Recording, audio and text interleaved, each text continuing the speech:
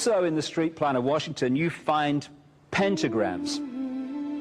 So here we have two pentagrams in the street plan of Washington. The top one points into the Capitol building, and the one at the bottom points into the White House.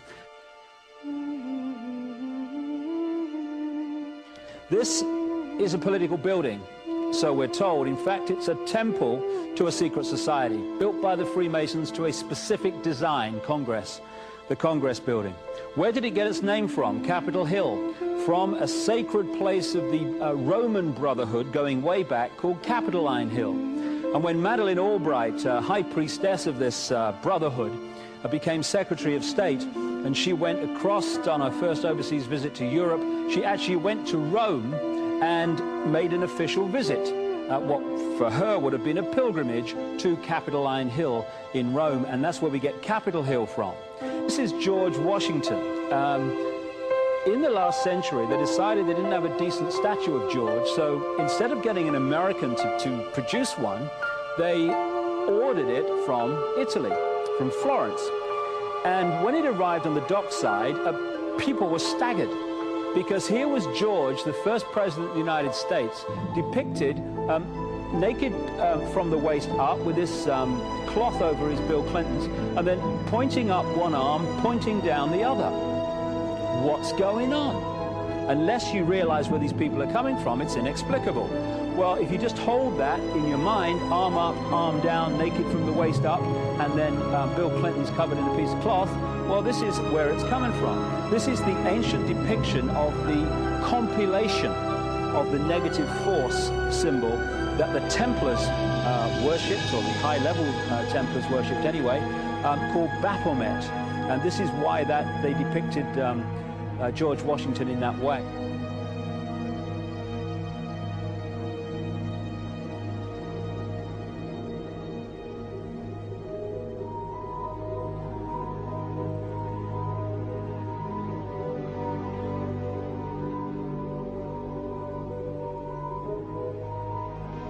What has come to light is that it's now been, it is not so surprising for a lot of people that there are covens amongst the very educated class, architects, doctors, lawyers, priests, brokers, and the leisure class. These are people who have made pacts with the devil. That's right. It's really the best, the more accurate way of describing would be that they have indulged themselves in the worship of the goat, of the prince, of the serpent, of Satan, of Lucifer, and they lead perfectly normal lives. They're jewel merchants. They travel. They're prominent in their own way, but they do have this indulgence. Father, here's a part of that I can never understand, that has never made sense to me, and that is, if somebody were to make a pact with the devil, then obviously the implication is if the devil is there to make a pact with them, to make a deal, to make their life, their short mortal life on earth, pleasurable, with money or women or travel, or more interesting, whatever it is they want.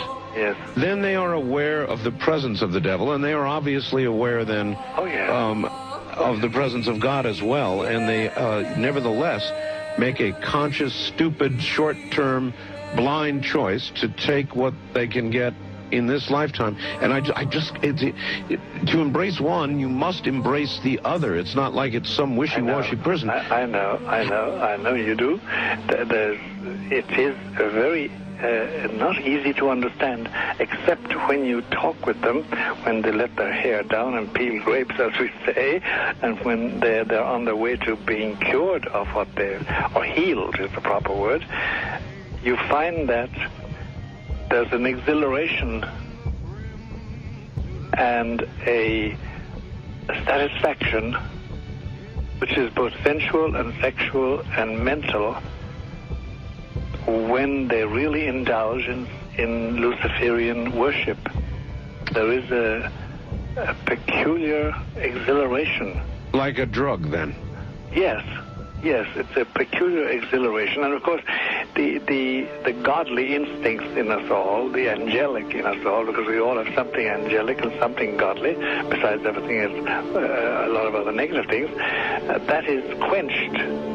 And you find in them a horror of anything, what we call sacred and holy, or sacrosanct, or the idea of the idea of the sacred, of the awesome.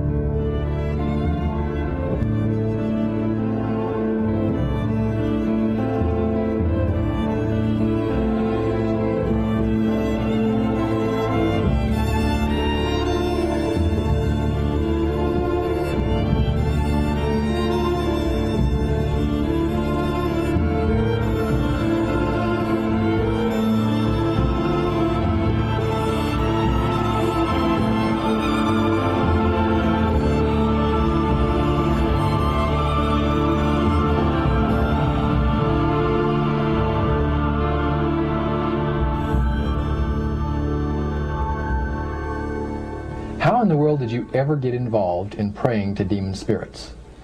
A fellow that had been on a particular ship with me, he told me, "Hey, I got something fantastic to tell you."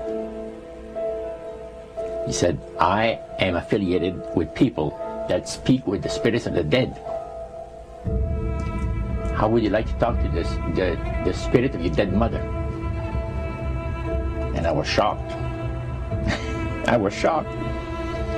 He said, "You wouldn't be afraid of talking to the spirit of your dead mother, would you?" Well, I said, "I'll tell you what, I would have to give that some thought, because it's something I never thought about before in my life." Most of us probably haven't. A little afraid of something like that. Well, he says, you know, it's written all over your face. You're afraid of going to a seance. But he says, "I know you. You're going to come."